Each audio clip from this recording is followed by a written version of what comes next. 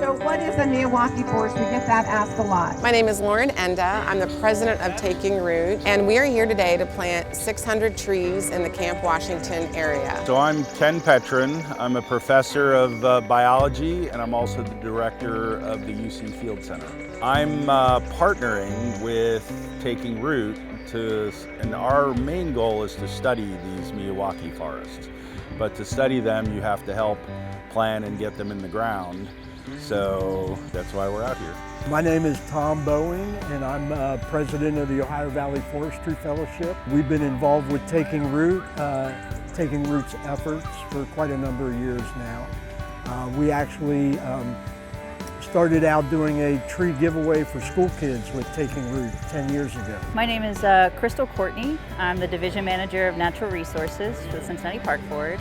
And I'm attending today to see all of our hard work come to fruition. I'm Zach Smith. I am the Sustainability Manager at Advix Manufacturing in Cincinnati. So the Miyawaki planting method is a method that is against traditional methods usually. It is a method designed to speed up the growth of a forest and kind of emulate the natural growth of a forest over a quick period of time. So then you get the tree seedlings, all native. They're only small, about this big, but you plant them densely.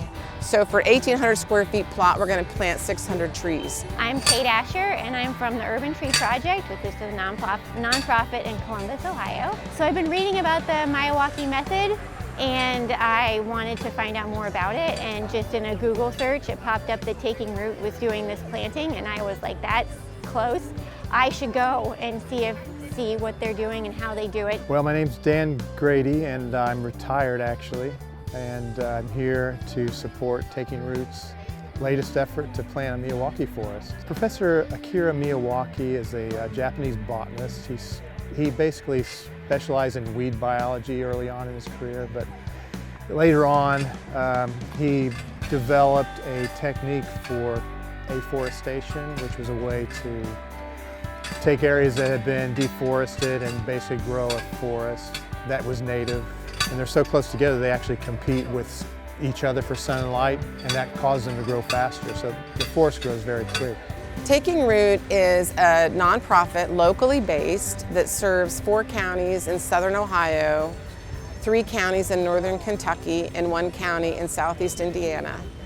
And we plant trees, we protect trees, and we educate adults, children, anyone about trees. We hold educational events, we hold tree planting events like today. They're already starting working. As you can see, this is an opportunity for a lot of people to come together and really join the effort of more trees. Every 10 years we do an urban tree canopy analysis, and we have specific goals for canopy for each neighborhood.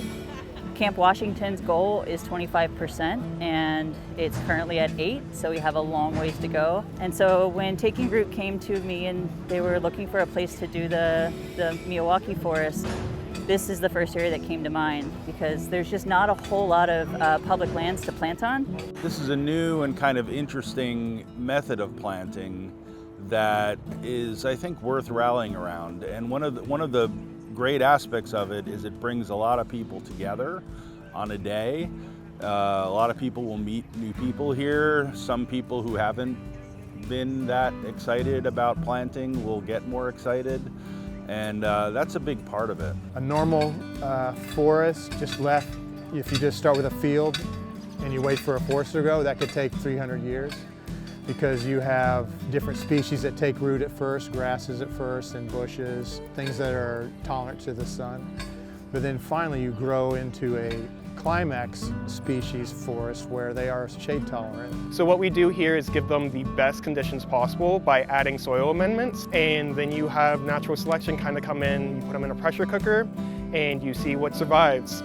You're trying to build a forest here, not just make sure all the trees survive. So some of the trees will go down. I really hope I can take this back and start spreading the word. Yeah, I'm really hoping I can sell this to some landowners back in Columbus. We can help come and study things, and we ask the people who are doing it, like, the parks and Taking Root, well, what do you want to know? What are your questions? And we can then mobilize students to help get some data. Trees are so important and they've been neglected for so long. I'm so glad to see that there's more of an effort going back into replacing our tree canopy.